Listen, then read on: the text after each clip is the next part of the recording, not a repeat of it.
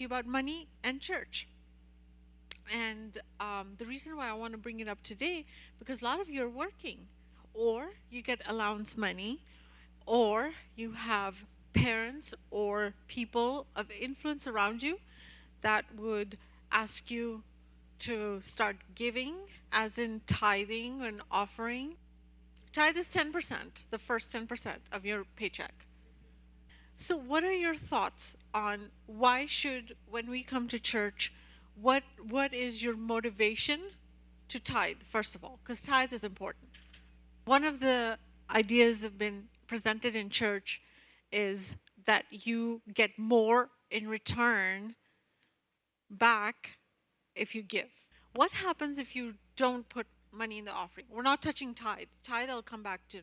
But offering is something, it's just what the word sounds like. Offering. It's you're offering something with your own free will. You're not under obligation or anything. So what one of the concepts that comes in the church through our parents, because all of our parents come to church, mine did too.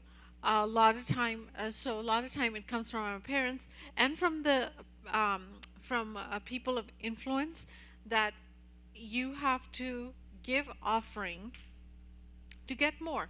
So how do you figure out how much you should give? Like, how do you determine that? Because tithe is a set amount; it's a 10%. But what about offering?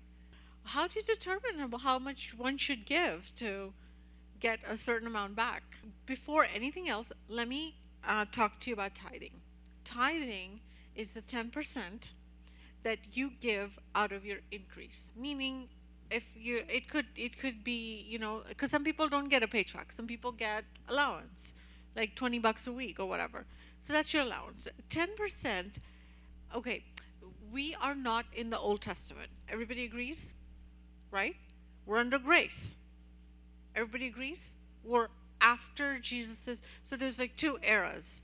One era goes before the death, burial, and resurrection of Jesus, and one era is the New Age, which is the church. So we all belong to the church, right? We don't belong to the old covenant. Okay? So tithing um, is the 10% of your increase. What tithing does is you're just thanking God for what He has done for you through Jesus, because He gave His first fruit for us, right? So we are honoring God with our money. That's that goes deeper than that, but there's certain things that we do that we don't even understand. Like, you take a piece of, you get hungry, you eat a piece of food, and you feel better. You don't have to understand how your body breaks up food, how it does. You just, certain things you just do. Okay? And, or if you understand a little portion of it, oh, this, like if you eat a piece of meat and you go, oh, this is protein. Well, there's a lot more than protein in there. There's certainly some amount of carbs, there's potassium, there's other minerals in it. But your focus is on protein, that's fine. But that doesn't mean that you're not getting benefit for of the other things that are in the piece of meat, right? Same thing with tithing. You may not understand the whole concept of it, but it's a good practice. That's all you want to know about tithing. Same thing with communion. Communion, we don't understand each and every depth of it.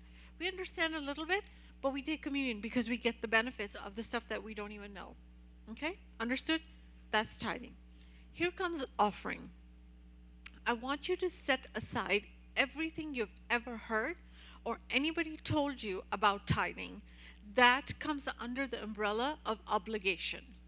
Whether it's the obligation of wanting to get more in return, whether it's the obligation to please God or pay God what belongs to Him, nothing. I want you to put all of that aside. All I want you to focus on is when you are happy with somebody, like for example, your friends or your parents, you just go around in the store and you see something, you're like, oh, my mom would really like it. And what comes up inside of you is your gratitude for your mom. So in that gratitude, you buy that thing or that piece of food or whatever for your mom to appreciate, to just show out of your love, not because, oh, so she can feed me dinner tonight, or she can give me more allowance next week, or any of that, right? When you buy things for your parents or even your siblings, what can your siblings give you back? Nothing. And you don't want anything in return. You're just the love and gratitude bubbles up inside of you that motivates you to get something from somebody and offer it to them, a present. That's an offering. When you come to church, you just have to realize how much has God done for you, how much He has provided for you. And whether you give Him a penny or no penny, He will make sure you'll have more. Because none of your parents go around and saying, okay, give me $5 every time you get paid. Give me $5 so I will make sure that I'll add $5 to your allowance next time. None of your parents do that. None of your parents say, come on, come here, give me offering money so I can feed you tomorrow. No, you get fed anyway because they're your parents. How much more God? He really cares for you. Even if you don't put $1 in the offering, He will increase you. He will bless you. However, you showing your gratitude of all He does for you, He protects you on the road and this and that, and especially for the word that you receive from the pulpit, you say, okay, I have $5. Out of my gratitude for what I've received, I will put in to bless the man or a woman who's given you that word. Or I want to put in my offering, for example, $10. I want to give out of my gratitude for God. I want to give $10 so that the gospel I heard today can go over to my brothers and sisters, so other people can hear it too. That's why you give. And before you give, you come to that place of gratitude. If you can't get there, don't give out of obligation. Don't give out of fear. Oh my gosh, I'm not going to get blessed, or I'm not going to get more tips next time, and stuff like that. All the fears you put aside.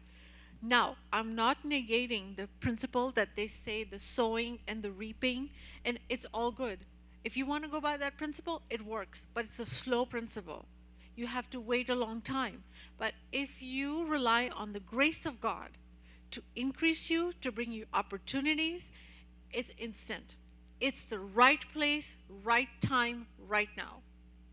You don't have to, the world prospers. There's many rich people in the world. How? They put in time in their education. Then they sowed their hard work, and now they're reaping the benefits. It happens. Seed time and harvest is real, but it's a very long process. You can go that route, or you can go the route of receiving the grace of God, on how much God loves you and how much He has taken care of you and how much more He's going to give you. And out of that gratitude, you put your offering in. So it is a good practice. But anytime you feel like you're obligated to give your whole paychecks, or somebody gave you a $20 allowance, you're feeling this obligation to put the $20 in. If I don't give, I'm a bad person, and it grips you with fear. No, God never leads you with fear. He always leads you with peace and gratitude. You just want to give that whole paycheck out of your abundant gratitude for who He is and what He has done for you, the job He's given you, your parents, He's protecting you. Do that.